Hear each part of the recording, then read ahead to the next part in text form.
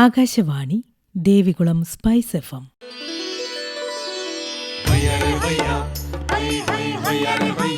കിസാൻ വാണി.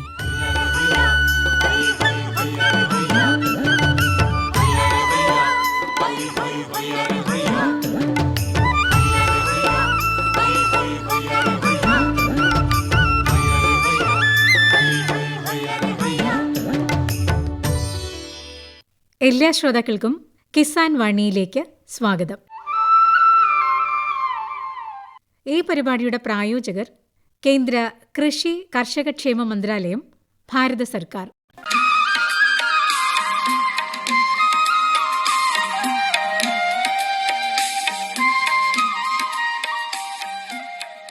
പ്രിയ ശ്രോതാക്കളെ, ഇന്നത്തെ കിസാൻ വാണിയിലേക്ക് സ്വാഗതം.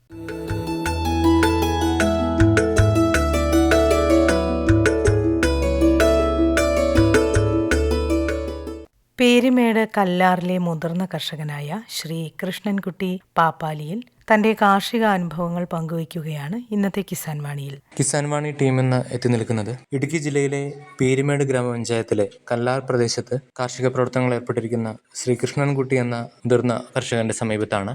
അദ്ദേഹത്തിന്റെ കൃഷിരീതിയും കാർഷിക വിശേഷങ്ങളും ഒക്കെ നമുക്ക് ചോദിച്ചു മനസ്സിലാക്കാം. നമസ്കാരം ചേട്ടൻ. നമസ്കാരം. ചേട്ടൻ എത്ര കാലമായി കാർഷിക മേഖലയിൽ പ്രവർത്തിക്കുന്നു? ഞാൻ എൻ്റെ ചെറുപ്പം മുതലേ കാർഷിക മേഖലയിൽ പ്രവർത്തിച്ചുകൊണ്ടിരിക്കുക.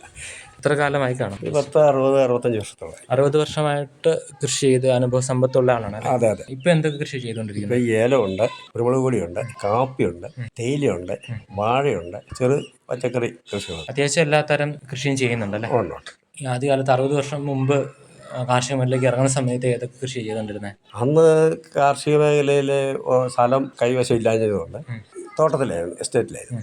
എസ്റ്റേറ്റിൽ പണി ചെയ്തതിന് ശേഷം പൈസ ഉണ്ടാക്കി, സ്ഥലം ഉണ്ടാക്കി, അങ്ങനെ കൃഷി ചെയ്തു. അന്ന് ഇവിടെ എന്ത് എസ്റ്റേറ്റ് ആയിരുന്നു? തേയിലയായിരുന്നു? Chidambaram tea estate. ശരി. അപ്പൊ ആദ്യം തേയിലയുടെ പണികളാണ് ചെയ്യുന്നത്. അതെ. അതിനുശേഷമാണ് കൃഷിയിലേക്ക്. കൃഷി ചെയ്യും. ഇപ്പോൾ കൃഷി തുടങ്ങിയ സമയത്ത് അന്ന് എന്ത് കൃഷിയായിരുന്നു? അന്ന് ചെറു കൃഷി, കപ്പ, വാഴ, ചേന, കാച്ചില്, ഭക്ഷ്യവിളകൾ ചെയ്യുന്നുണ്ടായിരുന്നു. ഇപ്പൊ ഭക്ഷ്യവിളകൾ എന്തെങ്കിലും ചെയ്യുന്നുണ്ടോ? ഇപ്പൊ അത് ഈ കാട്ട് മൃഗങ്ങളുടെ ശല്യമൊക്കെ ഉള്ളതുകൊണ്ട്, ആന, പുല്ല്, കടുവ, ചള്ളിയൊക്കെ ഉള്ളതുകൊണ്ട് ആ കൃഷിയൊക്കെ മാറ്റിയാണ് ഈ നടൻ കൃഷികളൊക്കെ മാറിയല്ലേ? അതെ.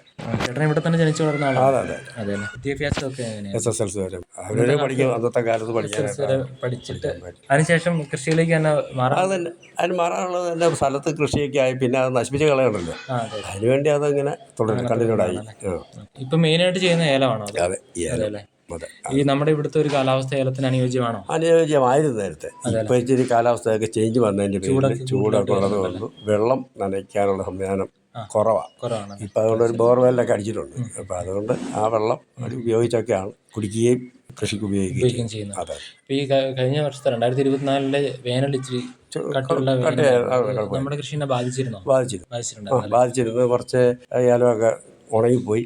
പിന്നെ അത് കഴിഞ്ഞ് കുറച്ച് പ്ലാന്റ് ചെയ്തു. പിന്നെ കൃഷിഭവനിൽ ഇതുപോലെ തന്നെ ആനുകൂല്യം കൊടുക്കുന്നും പറഞ്ഞ് അപ്ലൈ ചെയ്തു. അതൊന്നൊരു ചെടി അങ്ങനെ അതൊക്കെ വീണ്ടും റീപ്ലാന്റ് ചെയ്തോ? റീപ്ലാന്റ് ചെയ്തു. പിന്നെ അല്ലാതെ കുറച്ചൊക്കെ നിൽക്കുന്നതൊക്കെ ഉണ്ടല്ലോ, അതൊക്കെ ഒന്ന് കറക്റ്റാക്കി വളമൊക്കെ ഇട്ടിപ്പോൾ വലിയ കുഴപ്പമില്ലാതിരിക്കുന്നത്. ആദായം കിട്ടിയിട്ടില്ല. ഒരുപാട് നഷ്ടം വന്നു. ഒരുപാട് നഷ്ടം വന്നു. അപ്പോൾ ഈ കാലാവസ്ഥ വളരെ സാരമായിട്ട് കൃഷിനെ ബാധിച്ചു. ഒരു വെല്ലുവിളിയായിട്ട് തന്നെ. അതെ. ഇനി ഇതുപോലുള്ള കാലാവസ്ഥ വരുവാണെങ്കിൽ ഇതിനോട് യോജിക്കാൻ പറ്റത്തില്ല ഈ കൃഷി ചെയ്തുകൊണ്ട് പോകാനുള്ള ബുദ്ധിമുട്ടുണ്ടാകും. അതെ. ആ ഭാഗങ്ങളെ നെടുങ്കണ്ടം, വണ്ടമ്മേട്, പുറ്റടി, ഇങ്ങനെ ആ പ്രദേശങ്ങളിലൊക്കെ ഭയങ്കര നാശമുണ്ടായിട്ടുണ്ട്. ഏതൊക്കെയാണ് ഇപ്പോൾ ചെയ്തുകൊണ്ടിരിക്കുന്നത്? നേരത്തെ ഞാൻ കൃഷി ചെയ്തുകൊണ്ടിരുന്നത് ഇങ്ങനെ മൈസൂർ വളക്ക എന്ന് പറഞ്ഞൊരു ചെടിയായിരുന്നു. അപ്പം അത് കഴിഞ്ഞിട്ട് ആ ചെടിക്ക് 125 രൂപയാണ് ഒരു ഞള്ളാണി. മൊത്തം ഞള്ളാനി തന്നെയാണ്? അല്ല, ഇത് രണ്ടും ഉണ്ട്. മൈസൂർ വള്ളികയും ഞള്ളാനിയും ചെയ്യുന്നുണ്ടല്ലേ? അതിനകത്ത് കൂടുതൽ നല്ലതായിട്ട് തോന്നിയിട്ടുള്ളത് ഞള്ളാനി തന്നെയാണ്. നല്ല ഞള്ളാനി പീടെ ആയതുകൊണ്ട് ഇപ്പം അങ്ങനെ വന്ന് അത് ഉണക്ക് വെള്ളം ഉണ്ടെങ്കിൽ അതിന് കൂടുതൽ പ്രയോജനം ചെയ്യും. മറ്റേ മൈസൂർ വളക്ക അങ്ങനെയല്ല, ശകലം വെള്ളത്തിന് കുറവുണ്ടെങ്കിൽ പിടിച്ചിരിക്കും. ഇപ്പം വെള്ളം നനയ്ക്കാൻ തുടങ്ങിയിട്ടുണ്ടോ? ഇല്ല, തുടങ്ങിയിട്ടില്ല. ഇപ്പം ജനുവരി, ഫെബ്രുവരി, മാർച്ചിൻ്റെ ഇടയ്ക്ക് തുടങ്ങണം. ഈ പൊതയിടയിലൊക്കെ പോലുള്ള കാര്യങ്ങൾ? പൊതയിടെന്ന് പറഞ്ഞാൽ മണ്ണും ചവറ് ചപ്പൊക്കെ എല്ലാം വെട്ടിക്കൂട്ടി ഒന്ന് കൃഷി അതേ ഉള്ളൂ. അല്ലാതെ പ്രത്യേക പൊതയിലൊന്നും പരിപാടി ഇല്ല. ചകിരിയോ മറ്റോ മറിച്ചോ ഒന്നും ചെയ്യുന്നില്ല. നമ്മൾ ഏലം കൃഷി ചെയ്യുന്ന സമയത്ത് ഏലം നടുന്ന രീതി എങ്ങനെയാണ്? അത് പരിപാലിക്കുന്നത് എങ്ങനെയാണ്? അത് പരിപാലിക്കുന്നത് ഒരടിക്ക് 3 അടി സ്ക്വയർ ഫീറ്റിൽ 3 അടി സ്ക്വയറിൽ 1.5 കുഴി എടുത്തിട്ട് അതിൽ കുറച്ച് കുമ്മായമൊക്കെ വിതറി വേപ്പ് പിണ്ണാക്കാണെങ്കിൽ അതൊക്കെ ഇട്ട് ഒന്ന് ഇളക്കി ചാണകപ്പൊടി ഉണ്ടെങ്കിൽ അതുകൂടെ ഇട്ട് ബെസ്റ്റ് ചെയ്ത് മണ്ണിട്ട് മൂടി അങ്ങനെ നമ്മൾ ചെയ്തുകൊണ്ടിരിക്കുന്നത്. ഞാൻ പ്രത്യേകിച്ച് വേറെ ഉണ്ടോ നമുക്ക് അറിയത്തില്ല. ഇവിടെ ആ നാടൻ കൃഷിയിലുള്ള ഇത് ചെയ്തുകൊണ്ടിരിക്കുന്ന രീതിയാണ്. അതിനുശേഷം പിന്നെ എന്തൊക്കെയാണ് നട്ട് കഴിഞ്ഞിട്ട് പിന്നെ പിന്നെ അത് നോക്കി കുറച്ച് നാൾ കഴിയുമ്പോൾ മരുന്നടിക്കും. അത് എക്കാലക്സ് അടിക്കും. പിന്നെ അതിന് ഞാൻ തണ്ടുനിരപ്പനൊക്കെ അത് കഴിക്കുള്ളൂ. പിന്നെ പ്രത്യേകിച്ചുള്ള മരുന്നടി ഒന്നും നമുക്ക് ചെയ്തിട്ടില്ല.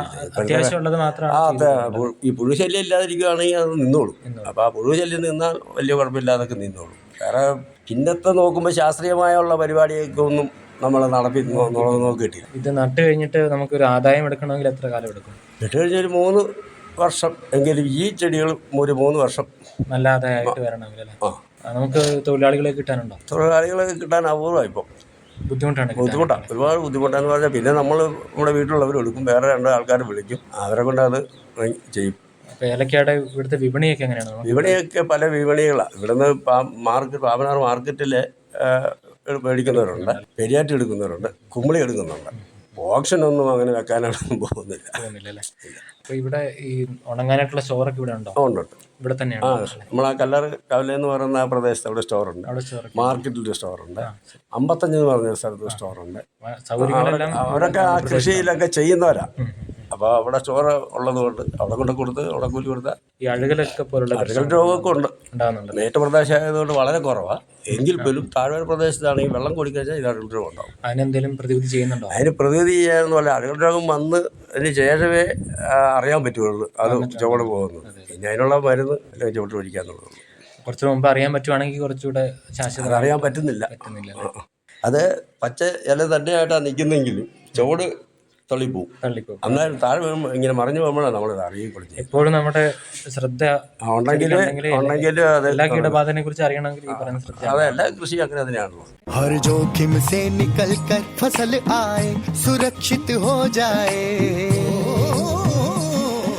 फसल बीमा से हर किसान अब आत्मनिर्भर हो जाए।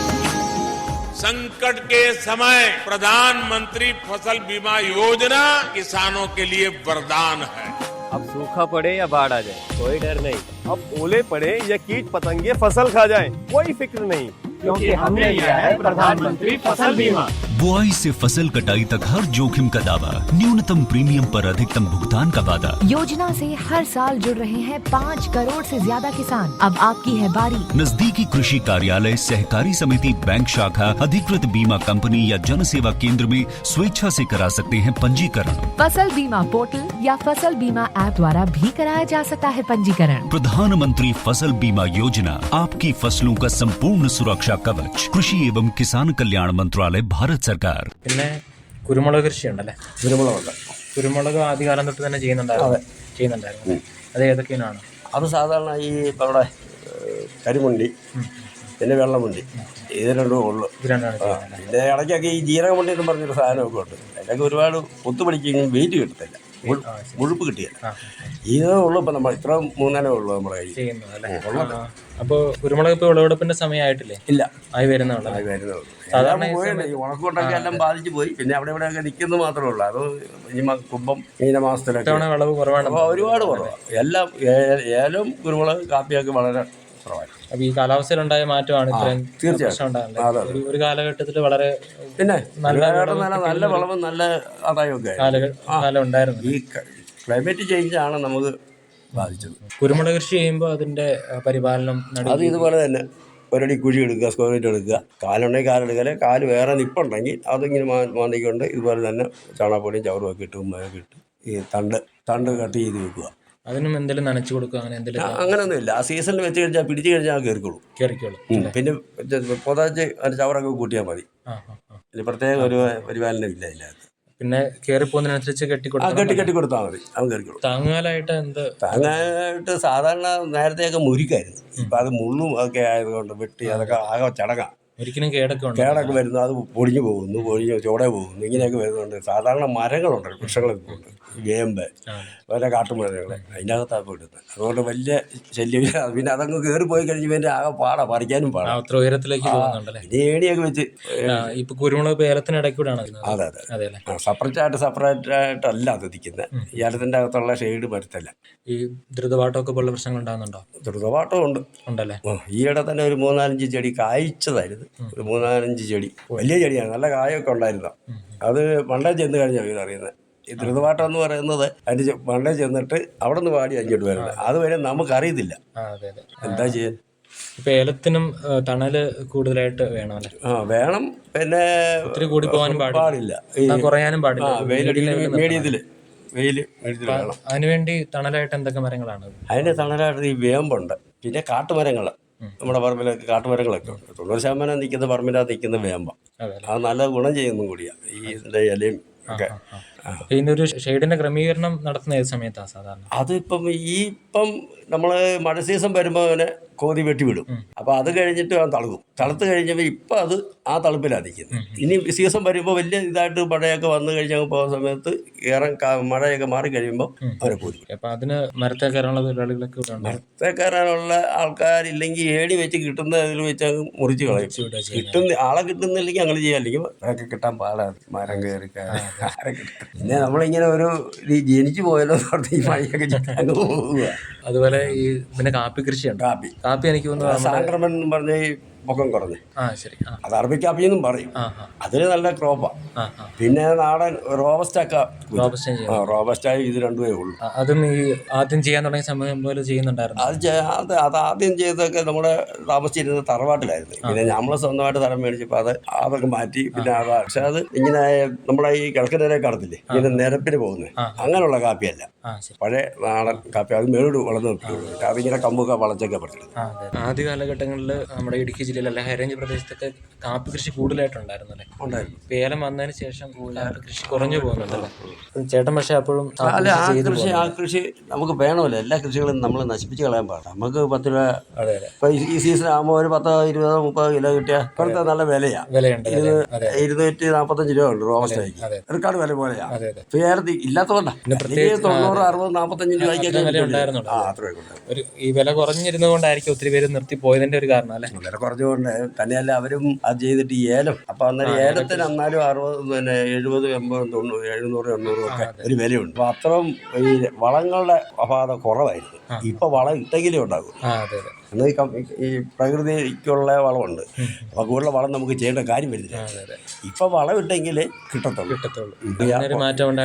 യൂറിയയും പൊട്ടാഷ്യം മണ്ണിന്റെ ഫലപുഷ്ടി നഷ്ടപ്പെട്ടു.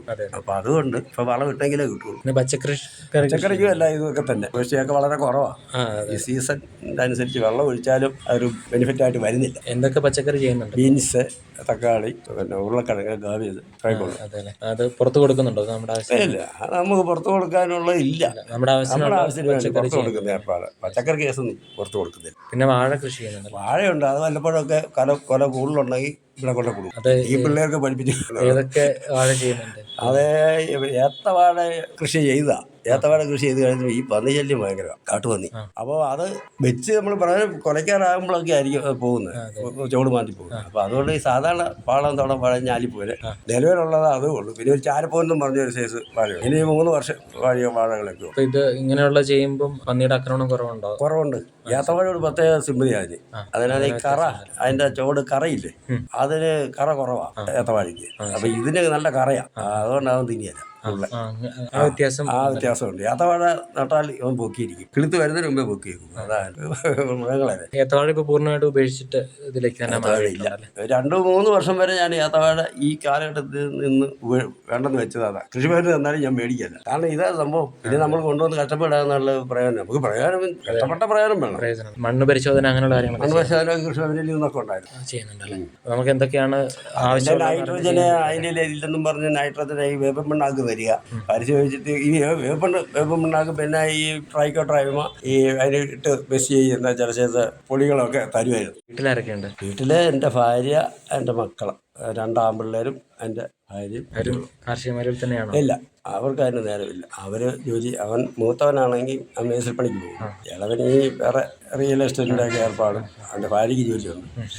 അങ്ങനെ വയ്ക്കുന്ന ഒരു കുട്ടിയുണ്ട്. അപ്പോൾ ഈ കാലാവസ്ഥയൊക്കെ കുറച്ചുകൂടെ അനുകൂലമാണെന്നുണ്ടെങ്കിൽ നമ്മുടെ കാർഷിക മേഖലയിൽ ആരോഗ്യകരമായിട്ടുള്ളൊരു ജീവിതം, സന്തോഷകരമായ ജീവിതം ജീവിക്കാം. പക്ഷേ മറ്റുള്ള മൃഗശല്യങ്ങൾ ഒരുപാട് കുറയണം. ഈ ആനയും കടുവ, പുലി വെളിയിലിട്ടിറങ്ങാനൊക്കെ. ഇത്ര നേരം കൃഷിരീതിയും കാർഷിക വിശേഷങ്ങളും ഒക്കെ കിസാൻ വാണിയുടെ ശ്രോതാക്കൾക്ക് വേണ്ടി പങ്കുവച്ചതിന് കിസാൻ വാണിയുടെ ശ്രോതാക്കളുടെ പേരിലുള്ള നന്ദി അറിയിക്കും. പീരുമേട് കല്ലാറിലെ മുതിർന്ന കർഷകനായ ശ്രീ കൃഷ്ണൻകുട്ടി പാപ്പാലിയിലുമായി ഇതുവരെ സംസാരിച്ചത് അർജുൻ ദാസ്.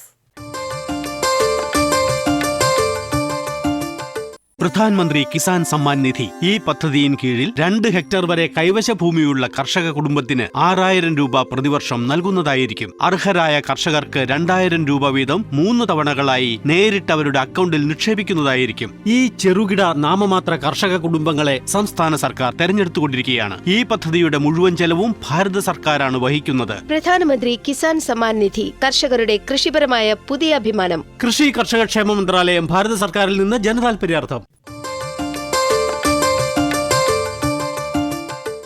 കിസാൻ വാണിയിൽ ഇനി കാർഷിക അറിവുകൾ കേൾക്കാം.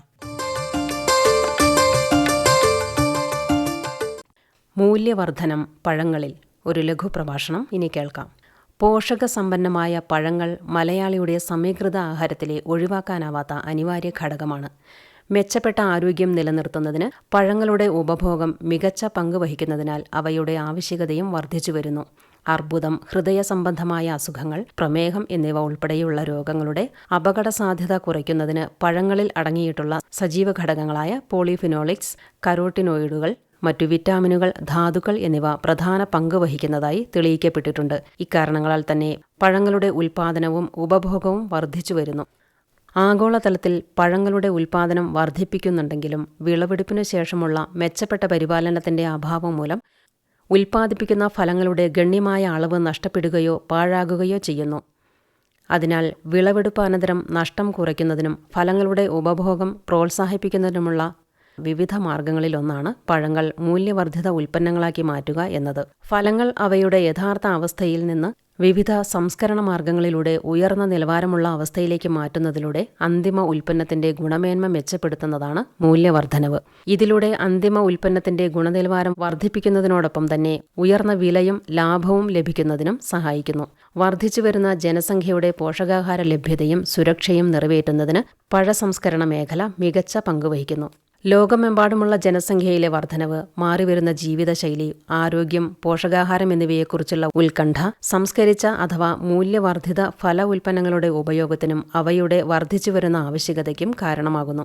പഴങ്ങളിൽ നിന്ന് പ്രചാരത്തിലുള്ള വിവിധ മൂല്യവർദ്ധിത ഉൽപ്പന്നങ്ങളാണ് ജ്യൂസ്, ശീതളപാനീയങ്ങൾ, ജാം, ജെല്ലി, പ്രിസർവ്, മാർമലേഡ് മിഠായികൾ, ഗ്ലേസ്ഡ് മിഠായികൾ, നിർജ്ജലീകരിച്ച പഴങ്ങൾ തുടങ്ങിയവ. പഴപാനീയങ്ങൾ അഥവാ ജ്യൂസ് വളരെ വേഗം ദഹിക്കുന്നതും ദാഹം ശമിപ്പിക്കുന്നതിനോടൊപ്പം തന്നെ അത്യധികം ഉന്മേഷദായകവുമായ വിശപ്പുളവാക്കുന്ന പാനീയങ്ങളാണ് പഴപാനീയങ്ങൾ അഥവാ ജ്യൂസ്. ഇപ്രകാരം തയ്യാറാക്കുന്ന ജ്യൂസ് ഉപയോഗിച്ച് squash, syrup, cordial, crush, ready to serve എന്നിവ തയ്യാറാക്കാവുന്നതാണ്. സ്ക്വാഷ് ആകർഷകമായ സ്വാദും പോഷകഗുണങ്ങളാൽ സമ്പന്നവുമായ മൂല്യവർദ്ധിത ഉൽപ്പന്നമാണ് സ്ക്വാഷ്. കുറഞ്ഞത് 25% പഴച്ചാറ് അഥവാ പൾപ്പ്, 40% മൊത്തം ലയിക്കുന്ന ഖരപദാർത്ഥങ്ങളും 1% അമ്ലത്വം എന്നിവ അടങ്ങിയിരിക്കുന്ന പാനീയമാണ് ഇത്. സിറപ്പ് 25% പഴച്ചാറ് അഥവാ പൾപ്പ്, 65% മൊത്തം ലയിക്കുന്ന ഖരപദാർത്ഥങ്ങളും 1.5% വരെ അമ്ലത്വവും അടങ്ങിയിട്ടുള്ള പാനീയം സിറപ്പ് എന്ന പേരിൽ വിപണിയിൽ സുലഭമാണ്. കോർഡിയൽ പഴച്ചാറിൽ നിന്നും പൾപ്പും മറ്റും ലയിക്കാത്ത ഘടകങ്ങളും പൂർണ്ണമായി നീക്കം ചെയ്ത് ആകർഷകമായ തിളക്കവും തെളിഞ്ഞതുമായ മധുരമുള്ള പാനീയമാണ് കോർഡിയൽ. ഇവയിൽ കുറഞ്ഞത് 25% പഴച്ചാർ, 30% മൊത്തം ലയിക്കുന്ന ഖരപദാർത്ഥങ്ങളും 5% അമ്ലത്വം എന്നിവയും അടങ്ങിയിരിക്കുന്നു. റെഡി ടു സെർവ് പാനീയങ്ങൾ കുറഞ്ഞത് 10% പൾപ്പ് അഥവാ പഴച്ചാറ്, 10% മൊത്തം ലയിക്കുന്ന ഖരപദാർത്ഥങ്ങളും എന്നിവ അടങ്ങിയിരിക്കുന്ന മൂല്യവർദ്ധിത ഉൽപ്പന്നമായ റെഡി ടു സെർവ് പാനീയങ്ങൾ ഉപയോഗിക്കുന്നതിനു മുമ്പായി നേർപ്പിക്കേണ്ടതില്ല എന്നത് ഇവയുടെ സവിശേഷതയാണ്. ജാം പഴുത്ത പഴങ്ങളിൽ നിന്നും പൾപ്പ് വേർതിരിച്ചെടുത്ത് പഞ്ചസാര ചേർത്ത് തിളപ്പിച്ച് കുറുക്കിയെടുത്ത മൂല്യവർദ്ധിത ഉൽപ്പന്നമാണ് ജാം.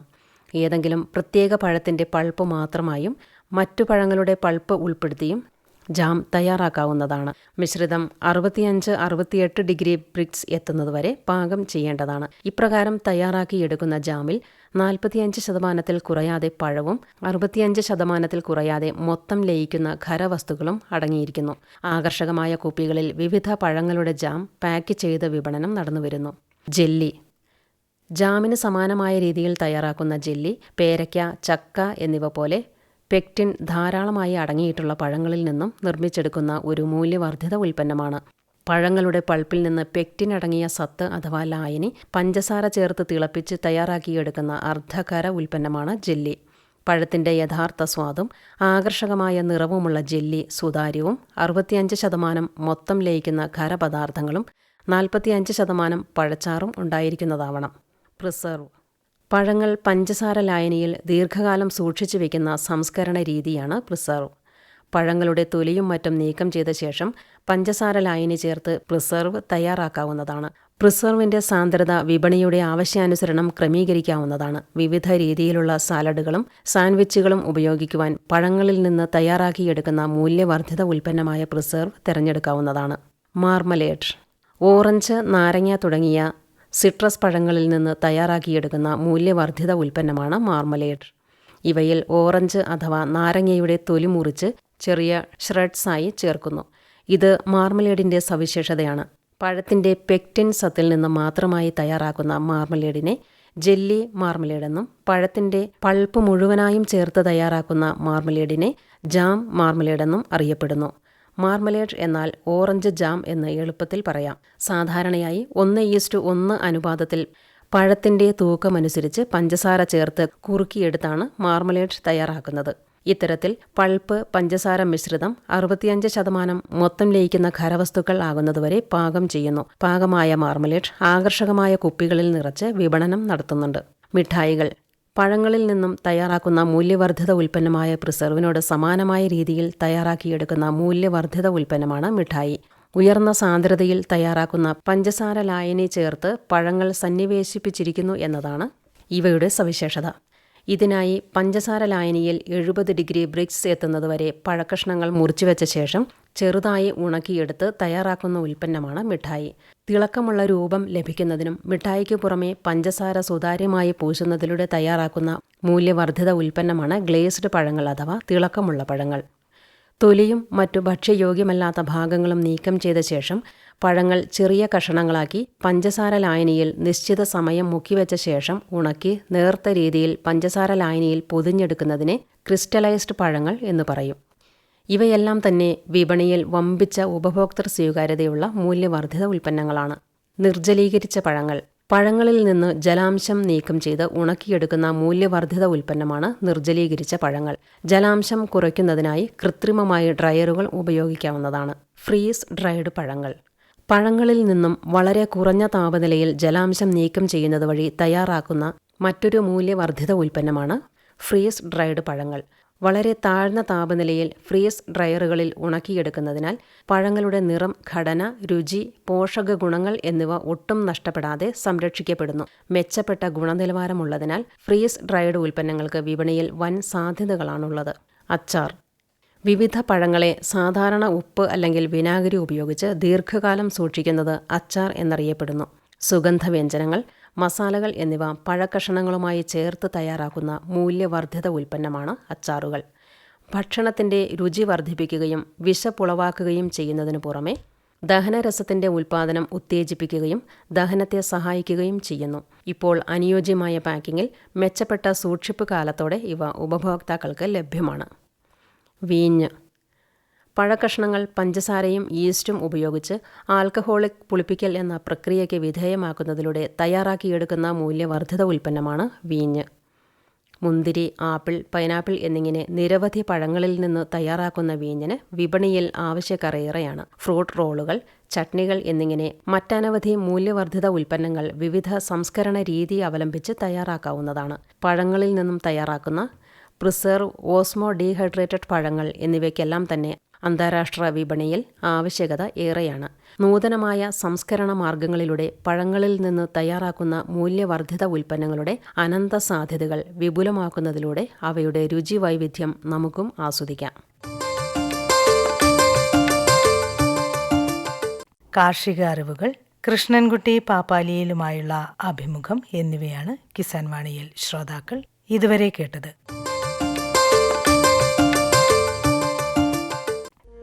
सूखा हो या बेमौसम की बरखा हो, कीड़ा लगे खेत में या दुविधा हो, बहुत ही कम प्रीमियम पे पूरी हो भरपाई, फसल बीमित रहे कटाई के बाद भी भाई। हाँ, ऋणी या अऋणी अब हर किसान लाभ उठाए, एक मौसम एक दर है, सब किसान बीमा कराए, प्रधानमंत्री फसल बीमा योजना से हर किसान मुस्काए।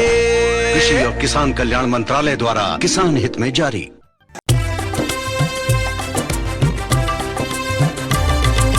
സഹകരണത്തിൻ ബലത്തിൽ വികാസത്തിനു ചുവട് വയ്ക്കാം.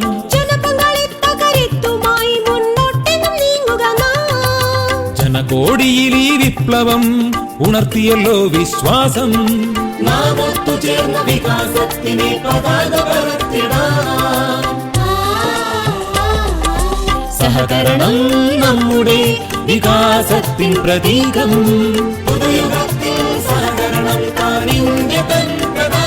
കൃഷി മന്ത്രാലയം, ഭാരത സർക്കാരിൽ നിന്ന് ജനതാൽപര്യാർത്ഥം. ഈ പരിപാടിയുടെ പ്രായോജകർ കേന്ദ്ര കൃഷി കർഷകക്ഷേമ മന്ത്രാലയം, ഭാരത സർക്കാർ. എല്ലാ കിസാൻ വാണി ശ്രോതാക്കൾക്കും കൂപ്പുകൈ.